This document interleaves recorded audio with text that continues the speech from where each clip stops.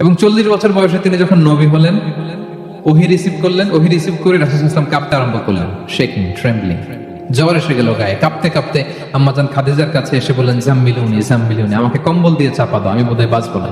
আম্মাজান খাদিজা আশ্বাস দিয়ে বললেন, সান্ত্বনা দিয়ে বললেন, ইয়া রাসূলুল্লাহ, আপনি ভয় পাবেন না, আপনি ভয় পাবেন না, আল্লাহ আপনাকে অপদস্থ করবে না, কারণ আপনার মধ্যে 5টা গুণ আছে, যেই মানুষের মধ্যে এই 5টা গুণ থাকবে আল্লাহ কখনো তারা অপদস্থ করতে পারে না।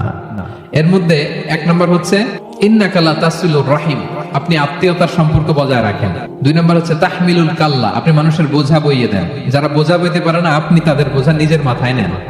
ওয়া তাকসিবুল মা'দুম, যার উপার্জনের ব্যবস্থা নেই তাকে আপনি উপার্জন করে দেন।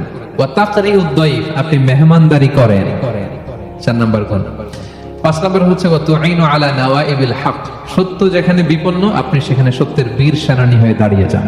এই 5টা গুণ যার মধ্যে থাকে তার কোনো বিপদ নাই।